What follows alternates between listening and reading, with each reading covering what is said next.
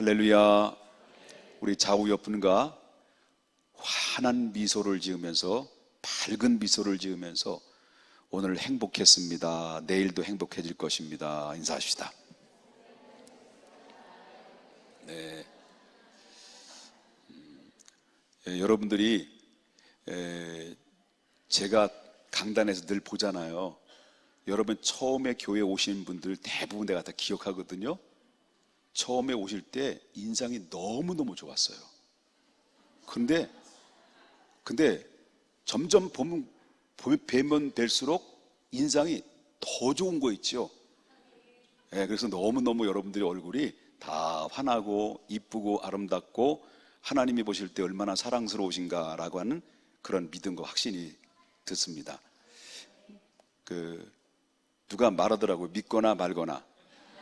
그런데 저는 여러분 믿든지 안 믿든지 제 마음에는 그렇게 보여요. 여러분들이 너무너무 하나님이 보실 때 얼마나 사랑스러울까라고는 생각이 듭니다. 자, 오늘은 이번 주에는 인물에 대해서 이제 계속 설교를 하는데, 야고보라고 하는 그 제자에 대해서 한번 생각을 합니다. 성경에 나오는 이 야고보라는 사람이 두 사람이 나오죠. 한 사람은 예수님의 동생, 예수님의 젖동생이죠. 동생인 야고보가 있고요. 그 다음에 예수님이 12명의 제자 중에서 세베대의 아들 야고보라는 사람이 있어요. 동일한 인물이 나오는데, 그 예수님의 동생이었던 야고보는 예수님을 처음에는 믿지를 않았어요. 자기 친형으로 알았어요. 그런데 이분에 대해서, 다시 말한다면 이 야고보는 자기 형인 예수 그리스도에 대해서 하나님의 아들로 인정도 하지 않았을 뿐만 아니라 계속해서 예수 그리스도의 신성과 인성을 부인하면서 늘 비판하고 비판 속에서 그 형인 예수 그리스도를 바로 이제 정죄하고 이랬던 부정적인 사람이었죠. 근데 그랬던 사람이 언제 그렇게 새롭게 변화되어서 마지막 정말 최후까지 남아서 그리스도의 복음을 증거하고 하나님 앞에 부름받았느냐?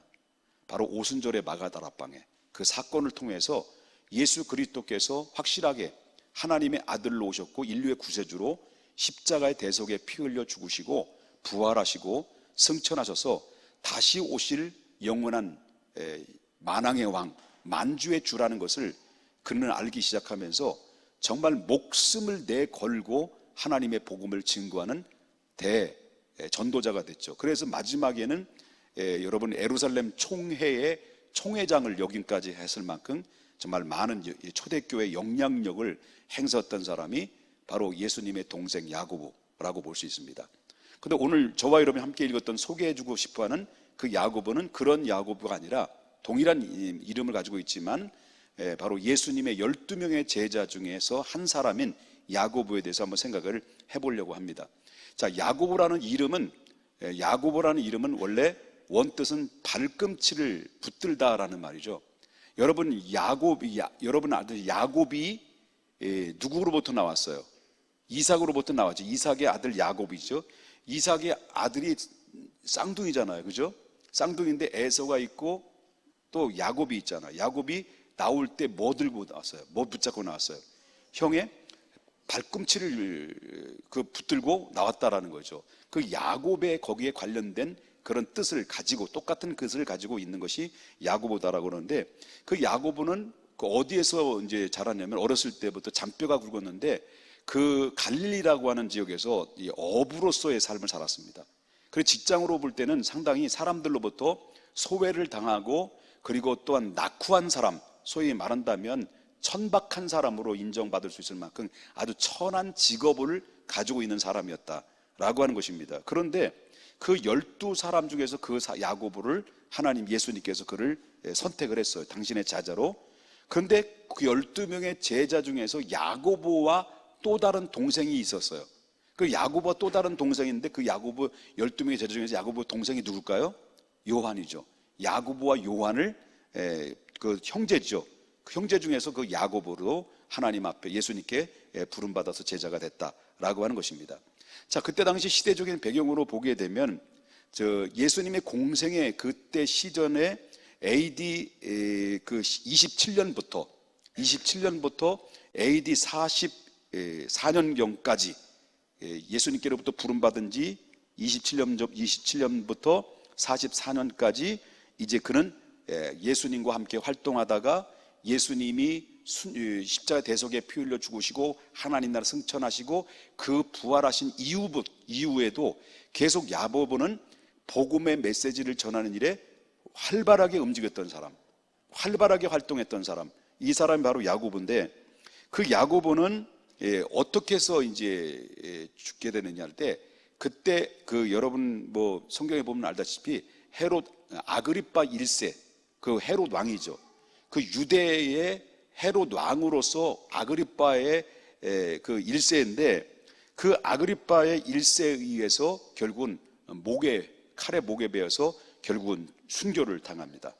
근데 그때 당시 그 아그리파 왕은 유대 헤롯 왕이죠. 헤롯 왕은 그때 당시 유대인들에게 아주 미움을 받았어요. 그러니까 한마디로 말한다면 유대인으로부터 지지를 받지 못했어요.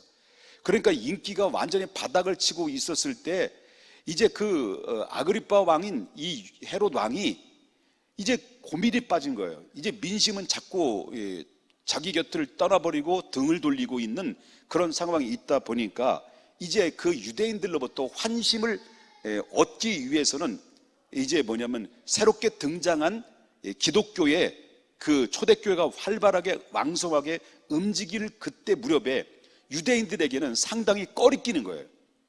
바로 이 기독교가 출현되는, 초대교회가 출현되는 이 상황을 바라보고 있었던 유대인들이 볼 때는 유대교 입장으로부터, 율법적인 입장에서 볼 때 정말 상반된 모습을 바라볼 때마다 너무나 고깝게 보여지고 있기 때문에, 그래서 이거를 이 아그리파 왕 헤롯 왕이 그걸 너무나도 잘 알고 있었던 거죠. 아, 유대인들이 기독교를 원수처럼 여기는구나. 마치 바울이 기독교인들을 원수처럼 여겨서 모두 이 기독교인들을 잡아다가 박멸시키려고 했던 그 악랄한 방법을 가지고 있었던 것처럼 유대인들에게는 이 초대 기독교를 향해서 분노를 가라앉히를 못할 만큼 분노를 가지고 있었어요.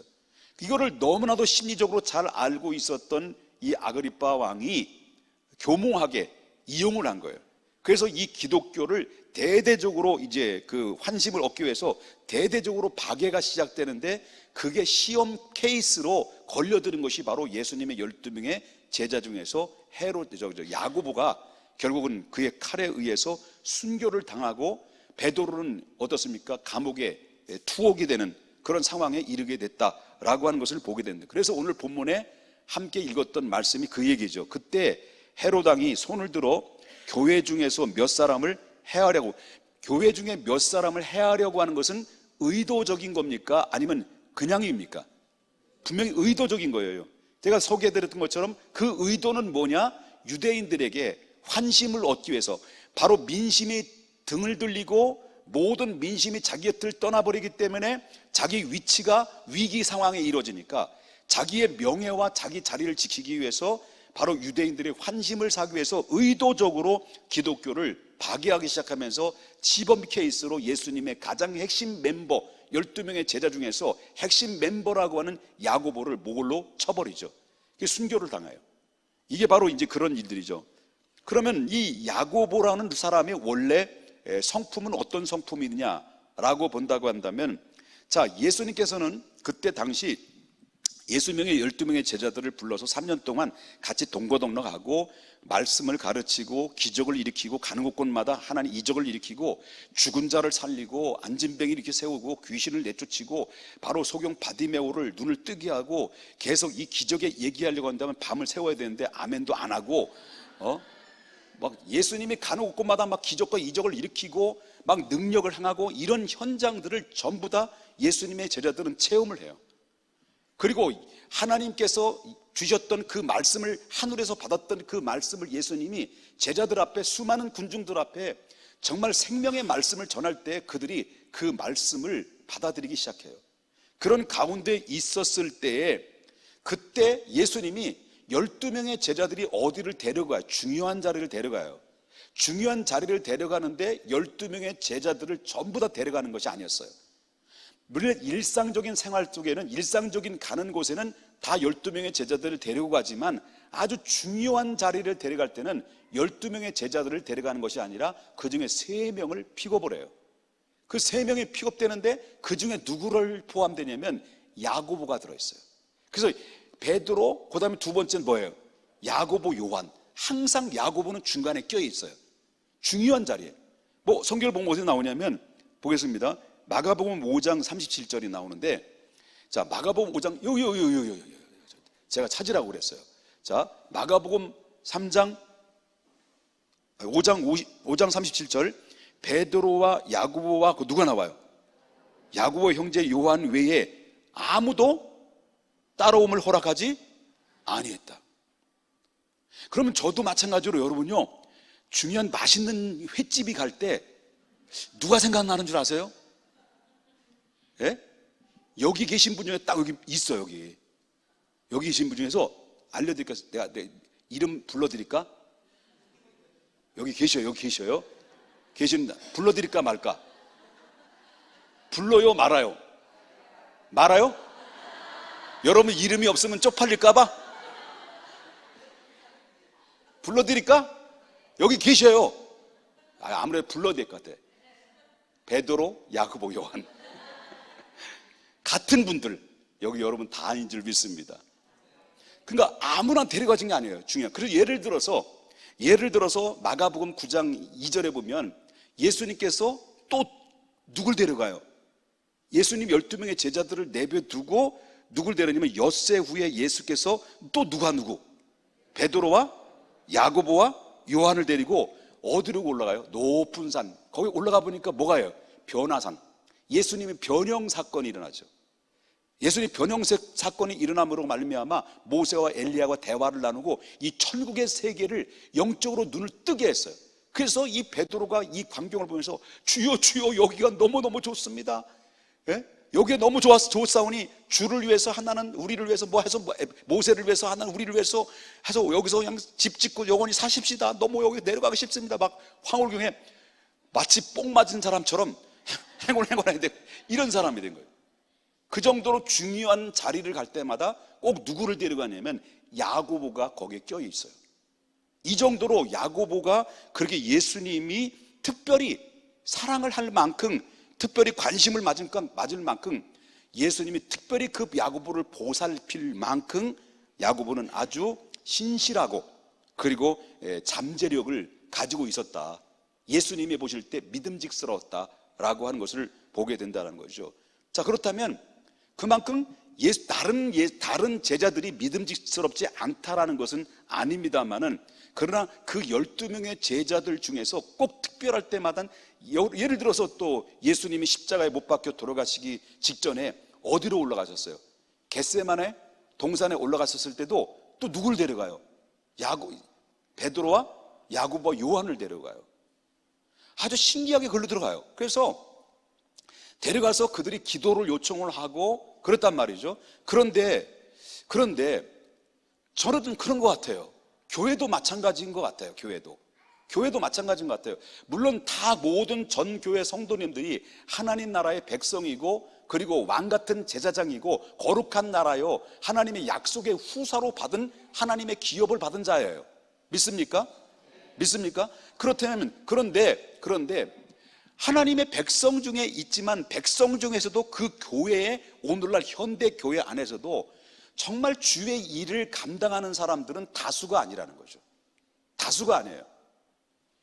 보편적으로 교회들이 아무리 크고 아무리 작든 간에 그 교회에 그 신실한 예수님의 제자들 베드로, 야고보, 요한을 다시 끄집어내서 그들을 중요한 자리에 함께 했던 것처럼 교회의 사명도, 교회 일도, 교회 충성된 일꾼도 그 교회에 바로 10%부터 20% 정도밖에 안 된다는 거예요. 뭘 보면 아냐? 우리 교회가 진정한 일꾼이 누구냐라고 가늠하는 방법이 있어요. 정말 가늠한 방법. 어쩔 수 없이 불가피한 상황이 있을 수는 있습니다만은, 그러나 예를 든다면 이제 6월 2일 전에 우리 대청소를 한다. 딱 그러면요, 대청소를 한다 그러면요, 아침부터 일찍 와가지고 열심히 청소를 하고 그리고 모든 일에 협력하고 같이 땀 흘리는 사람이 있어요. 이 왜 없겠습니까? 아까도 전제 얘기했습니다. 불가피하게 어쩔 수 없이 부득이한 사정으로 인해서 참석하지 않는 사람 이외에는 여러분 그런 가운데 아침 일찍부터 와서 교회 와서 청소와 같이 한 목적을 가지고 주의 나라를 위해서 하나님의 영광을 위해서 주님의 기쁨을 위해서 동참하는 데 있어서 우리 교회가 얼마만큼 동참력을 가지고 있느냐, 어떤 그 일들에서 어떤 결집력을 가지고 그 일에 하나가 되어서 적극적으로 우리의 동참을 하는 동참력이 어느 정도의 분량을 가지고 있느냐, 어느 정도의 무게를 가지고 있느냐라고 할 때 딱 그때 보면 알아요. 그런데 놀라운 사실은 신기하고도 신기한 것은 대청소를 해도 아니면 또 중요한 일들을 해도 열심히 일을 하는데 그때는 일을 하는 사람은 없는 것 같은데 밥 먹을 때면 꽉꽉 차. 그 웬 좋아하는지는 잘 모르겠습니다만 어디서 일을 했는지. 그래서 제가 볼 때는 제 착각한 것은 착각이 아닙니다. 보이지 아무도 알지 못하는 은밀한 가운데서 바로 화장실에서 구석에서 뭘 했는지 모르지만 구석구석마다 보이지 않는 것을 은밀하게 사명을 감당하지 않았는가, 그런 생각이 들 만큼 여러분 교회에 정말 핵심적인 그 일들을 감당하는 일에 다수가 다 하나님의 영광을 위해서 애쓰고 노력하겠지만 그러나 거기에 대부분 10%나지 20%인데 저희 교회를 가만히 보니까 안 하는 것 같은데, 안 나오는 것 같은데 뭘 하면 바로 일사천리로 척척척척 해나가는 이런 결과를 보면 우리 교회는 여러분 많이 나오고 많이 동참하고 안 동참하는 것과는 상관없지 않고 성숙한 교회는 성숙한 교회구나, 건강한 교회는 건강한 교회구나, 그런 확신이 제가 든다라고 하면 착각이나요? 그건 아니죠. 우리 교회는 성숙한 교회예요. 정말 성숙한 교회 편에 들어가고 있습니다. 여러분 그렇게 생각이 된다면 우리 크게 한번 아멘 하십시다. 아멘 하면 책임을 져야 돼요. 책임을 져야 되는데 그 책임이 어떤 책임이냐, 대청소 때 뵙겠습니다. 다 기억합니다. 저는 제 IQ가 굉장히 높다는 거 아시죠? IQ는 높은데 공부를 못했어. 자, 바로 그겁니다. 예수님의 제자였지만은 중요한 일에 누가 픽업이 됐냐면 누가 됐다는 거예요? 야고보가 항상 그 이름이 들어갔다. 중요한 거는 여러분 우리가 물러가라 교회는 없어져야 된다 막 하면서 교회 막 반대 입장에서 막 현수 막 붙이고 그래가지고 막 강단까지 와 철조망 치고 여기에 앞장서는 사람은 여러분 마귀가 부른 거고, 하나님의 영광을 위해서 애쓰고 보이지 않는 것에 눈물 흘리고 그리고 진실하게 하나님 앞에 주신 사명을 내포지션해서 최선을 다하는 사람은 정말 주님이 함께하는 신실한 일꾼이라는 것을 기억해야 된다는 거죠. 믿습니까?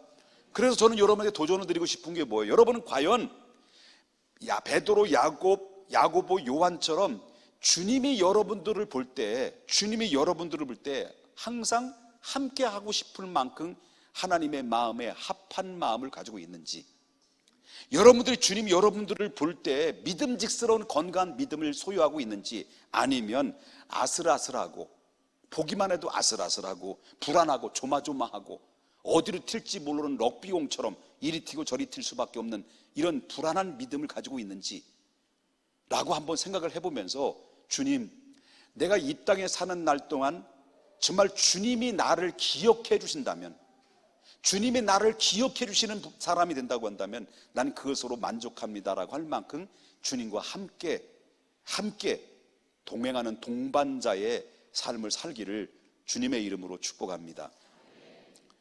자, 그렇다면 물어보겠습니다. 주님이 중요한 자리를 갈 때마다 야고보를 데려갔다면 야고보가 정말 완벽해서 부족함이 없고 흠이 없기 때문에 야고보를 데려갔을까요? 그건 아니라는 거예요. 그 야고보를 보면 원래 완벽한 사람이 아니었다는 것을 우리가 보게 되는데, 여러분, 인간 안에는 누구나 예외 없이 뭐가 들어있냐면 탐욕과 야망이 들어있어요. 탐욕과 야망이 들어있어요. 이 탐욕과 야망이 들었는데, 그런데 야고보도 역시 과거에 주님을 제대로 만나기 이전에 야고보는 뭐가 있었냐면 그 안에 꿈틀거리고 부글부글 끄는 뭐가 있었냐면 탐욕과 야망이 그 안에 꿈틀거리고 있었던 사람이 야고보예요. 뭘 보면 아냐면 예수님이 얼마 후에 십자가에 못 박혀 죽으시고 그리고 영광의 자리에 이를 거라는 것을 분명히 예고했는데 그 뜻을 이해를 못하고 이 제자들은 그 주님의 영광이 임한다라는 그 의미를 뭘로 깨달았냐면, 로마로부터 스트라이크를 일으켜서 그래서 이 로마를 물리치고 유대 나라, 유대의 왕으로 예수님이 등극할 것이다. 다시 말한다면 민족이 해방될 것이다. 예수님이 드디어 이 때가 됐다라는 착각 속에서 있었기 때문에 바로 그들의 마음속에 예수님을 따랐던 예수님의 제자들은 예수님을 제대로 만나기 이전까지도 그 안에 부글부글 끓었던 것이 바로 그들의 야망과 탐욕이에요. 그게 바로 예수님을 등을 놓고 자기가 뭐가 되겠다는 거예요. 한 자리를 차지하겠다는 생각을 예수님의 제자들은 전부 다 갖고 있었던 거예요. 명예욕을. 그럴 때 어느 정도냐라고 말한다면, 자, 마가복음 10장 35절부터 37절을 보겠습니다. 세베대의 아들이 몇 명이에요? 2명이죠. 누구? 야고보와 요한이 누구한테 왔다는 거예요? 예수님께. 요 전에 예수님이 뭘 예고했어요? 죽음을 예고했어요. 근데 그거를 이해를 못하는 거예요, 제자들이. 그런데 이제 때가 됐다. 그들은 찾아와가지고 뭘 하냐면 당신의 영광의 자리를 구할 정도로, 다시 말한다면 나와 여짜오되 선생님이여, 무엇이든지 우리가 구하는 바를 우리에게 하여 주시기를 원하나이다. 이르시되 너희가 무엇을 하여 주기를 원하느냐 할 때 여짜오되, 그 다음에 뭐라 그래요? 주의 영광 중에, 주의 영광이라는 것은 부활이에요. 이 땅의 왕으로 자리에 오르는 거예요. 예? 이 두 명이 질문하는 질문은, 그 영광이라는 자리는 바로 하나님 나라의 자리예요? 아니면 이 땅의 왕의 자리예요? 왕의 자리예요. 이 땅 왕의 자리. 왕이 되면 우리를, 하나는 누구를, 하나는 어디를, 우편에, 주의 우편, 하나는 어디를, 좌편에, 내무부 장관, 외무부 장관 시켜달라는 거예요. 이게 그 DNA가 어디서 나오느냐? 야고보와 요한의 그 야망이, 그 야망, 명예욕이, 그 DNA가 어디서 나오느냐? 엄마 치마폭에서 나온 거예요. 자기 엄마. 자, 요한의 엄마는 뭐냐? 과간도 아니에요. 엄마는 더해. 자, 보십시다. 마태복음 20장 20절부터 21절. 자, 그때 또 누구의 아들? 세베대 그 요한의 아버지가 어디 계시는지 모르지만 세베대의 아들의 어머니가 어머니가 아들들을 데려온 거야. 20살도 넘은 그 아들들을 따라와. 싫다니까 따라와. 그리고 치맛자를 막 흔들면서 예수님께 찾아온 거예요. 찾아와가지고 그러면서 하는 얘기가, 무엇을 하기를 원하느냐 물어봤더니, 나의 이 두 아들을, 주의 나라는 하나를 우편에, 하나는 좌편에 앉게 해달라는 거예요. 그러면 이 엄마도 아들들처럼 어때요? 예수님 뭘로 본 거예요? 민족의 메시아로 본 거예요? 인류의 메시아로 본 거예요? 민족의 메시아로 본 거예요. 민족의 해방할 자로 본 거예요. 이만큼 이 모든 DNA가 엄마를 닮은 거예요. 치마폭이. 그러니까 애들 잘 키워야 돼요. 여러분, 자녀들 잘 키워야 돼요. 그러니까 이 야망이 예수님을 통해서, 다시 말하면 예수님을 제대로 만나면 우리 신앙의 패턴이 뭘로 바뀌어져야 돼요? 패턴이 뭘로 바뀌어져야 돼요? 예수님을 제대로 못 만나면 예수님을 통해서 내가 원하는 것을 채우는 거예요. 이게 목적이에요. 교회를 다니는 사람들 가만히 보세요. 여러분, 내가 신앙생활의 시간한 패턴이 뭐냐? 가만히 보면 내가 주를 위해서 산다고 하지만은, 그러나 나의 삶의 깊은 내면 속에는 주님, 주님으로부터 내가 원하는 것을 해결받고자 하는 그런 마음들이 얼마나 많이 하는 거예요. 주님으로부터 내가 원하는 것을 주님으로부터 얻고자 하는 그런 이 사고가 너무 많다라는 거예요. 그런데 주님을 제대로 만났다고 한다면 나 주님의 기쁨이 되기를 원합니다. 주님의 기쁨이 나의 기쁨이고 나의 기쁨이 주님의 기쁨이 되기를 원합니다. 다시 말한다고 한다면 내가 주님이 원하는 일에 내가 거기에 쓰임받기를 원하고 주님이 원하는 삶을 내가 살 수 있기를 원합니다라고 이렇게 살아가는 것이 당연하게 성숙한 믿음의 사람인데, 바로 내가 원하는 것을 주님으로부터 얻고자 하는 이 사고는 뭐냐면 비전이 아니라 그건 야망이라는 거예요. 욕심이라는 거예요. 이해되셨습니까? 야고보는 이런 야망만 가지고 있는 게 아니었어요. 성질도 더러웠어요. 아주 성질도 얼마나 더러운지 몰라요. 뭐냐면 마가복음 3장 7절을 보십시다. 또 누구가 나와요? 등장이 누구부터 나와요? 세베대. 난 세베대가 굉장히 궁금해. 엄마는 그렇다 치고, 엄마는 DNA가 그렇다 치고, 도대체 아버지의 DNA는 어떤 DNA인가? 라고 궁금한데, 이 세베대 아들 야고보의 형제 요한이니 이 둘에게는 뭐라 그러는 겁니까? 보아너게 곧 뭐예요? 우리의 아들이란 이름을 더하셨다. 다시 말한다면 이 형제가 별명이 뭐라는 거예요? 우리 아들, 우리 아들 그랬다는 거예요. 막 성질을 부리고, 뭐 한마디로 말한다고 한다면 그 성격이 급하고, 이건 무슨 말이냐? 불같다. 이게 수틀르면 찔르면 우와 그랬다는 거예요. 그리고 여러분 제발 연약한 아내에게 소리 좀 지르지 말아요. 막 질러놓고 나는 화끈해. 이미 상처 전부 줘놓고 나중에 난 화끈해. 난 뒤끝이 없어. 뭐 뒤끝이 없고 없기는 뭘 다 상처 다 줘놓고. 너 우연히 막 그러면 안 돼. 너 앞으로 장가 가면은. 알았지? 너 충분히 그럴 수 있을 것 같아. 내가 볼 때는. 너 뒤에도 마찬가지요. 조심해. 에? 우와! 이랬다는 거야. 이 요한이 이 둘 다, 여기 보면 한 사람만 나와요? 두 사람이 나와요? 두 형제가 다 우리 아들이라는 거예요. DNA가 어디서 나왔다고? 지 부모한테 나온 거예요. 그렇다는 거예요. 그래가지고 이 세베대도 이야 세베대 그랬을 거예요. 이야 세발택시 그랬다는 거예요. 그 정도로 이렇게 급하고 불같은 사람인데, 자, 이 사람이 어떻게 해서 오류한 사람으로 바뀌어졌느냐? 무엇이 그렇게 오류한 사람으로 정말 순교자로서 마지막 멋진 하나님의 순교의 제물로 바쳤느냐? 여러분, 여기에 보면 이 세베대의 아들이었던 이 야고보는 그때 당시에, 이것만 드리고 마칠게요. 아직 30분 안 됐으니까 이번 때 마칠게요. 엘리야가, 잘 들으세요.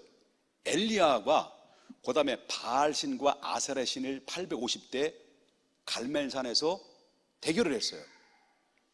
단을 쌓고 나무 가지를 올려놓고 또랑을 치고 재물 올려놓고 물을 붓고, 그리고 하늘에서 불이 떨어져서, 누가 불로 지핀 게 아니라 하늘에서 불이 떨어져서 그 재물을 태우는 것이 진짜 신이다라고 하는 것을 가려내자 해가지고 했는데, 바알신과 아세라신은 종일토록 신이요 바알이요 바알이 하면서도 불구하고 하늘에서 불이 떨어지기커녕 아무런 반응이 없으니까 자기의 모든 뭐 칼부림을 일으켰는데 막 온몸을 막 긁어대면서 피투성이가 난자한 가운데서 그 종교 행위를 했는데도 불구하고 아무런 반응이 나타나지 않았어요. 종일. 그런데 보세요. 그런데 엘리야는 비웃는 거예요.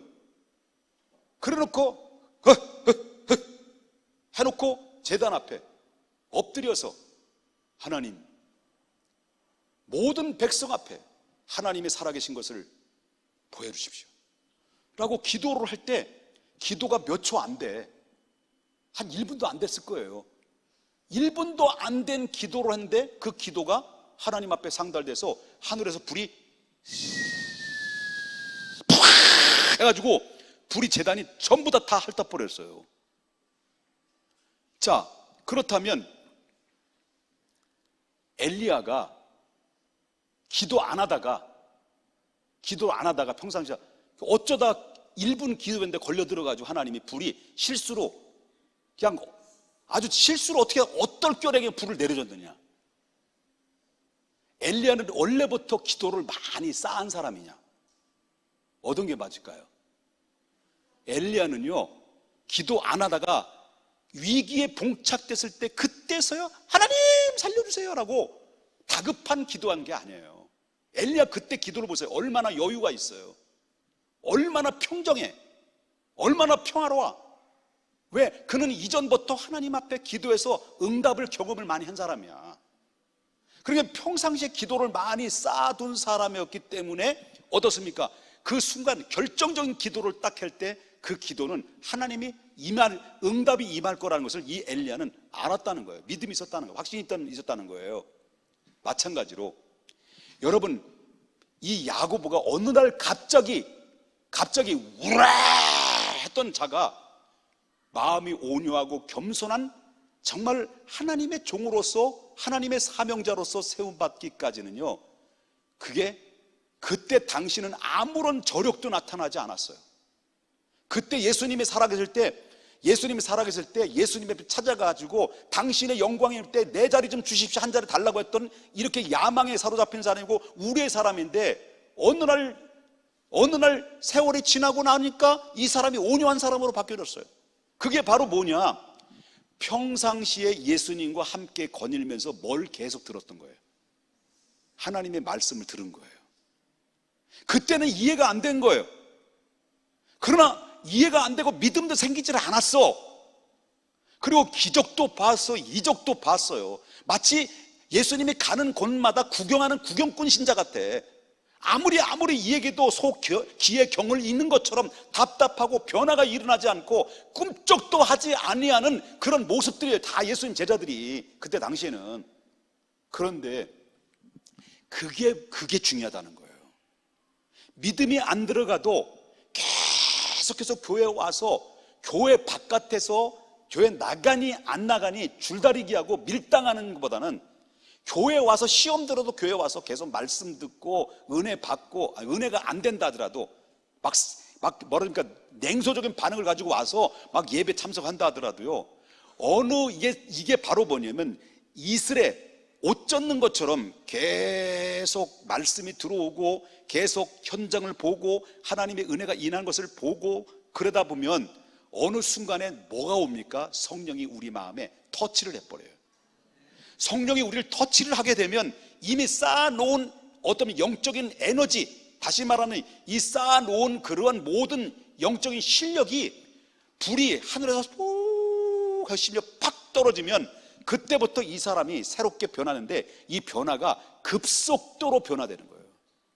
급속도로 변화돼서 이제는 뭐니까 불을 안 가리고 주의 나라를 위해서 예수님은 부활하셨습니다. 예수님은 십자가에 못 박아주셨습니다. 예수님은 부활하셨습니다. 예수님은 부활 승천하셨습니다. 예수님은 성경대로 다시 오실 것입니다 라고 예수님의 12명의 제자들은 다시 세운 12명의 제자, 가룟 유다를 말고 다시 또 세운 제자들 12명의 제자들은 일제히 옛날의 제자가 아니라 목숨 걸고 예수 십자가와 예수의 부활과 예수의 재림을 외쳐대면서 복음을 끝까지 증거하다가 순교를 당하는 그런 모습들로 바뀌어지게 됐기까지는요, 어느 날 갑자기 그렇게 된 게 아니에요.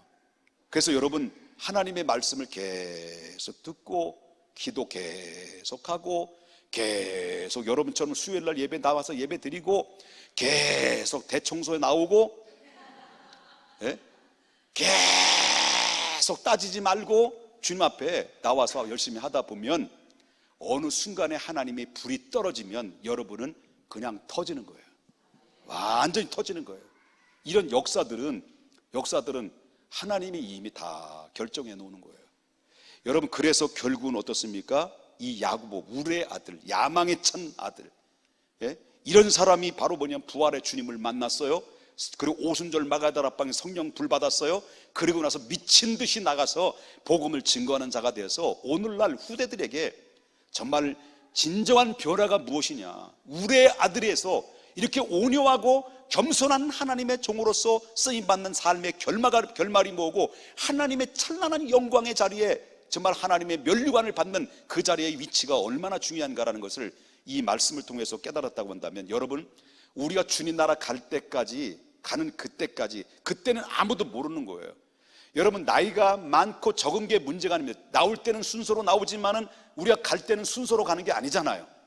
우리가 가는 그날 때까지, 여러분, 우리가 이 땅에 태어나면서 지금 오늘부터 주님 부른 그날 때까지 그 공백 시간들이, 남아있는 미래의 시간들을 헛된 세월로 허비하지 말고 정말 하나님의 기쁨이 나의 기쁨이 되고, 그리고 하나님의 말씀으로 무장하고 여러분 열심히 훈련받고, 그래도 어느 순간에 여러분의 하나님이 함께하는 한번 터치하게 되면 걷잡을 수 없는 여러분의 이 땅에서의 축복뿐만 아니라 하나님 나라에 부끄러움이 없는, 정말로 책망받을 것이 없는 하나님의 사람으로 우리가 세움받을 수 있다는 사실을 믿으시면서, 여러분, 오늘 지금 이 순간이 여러분의 삶을 변화시키는 놀라운 능력의 바로 지름길이고 새로운 스타트라는 것을 믿으셔야 될 줄 믿습니다.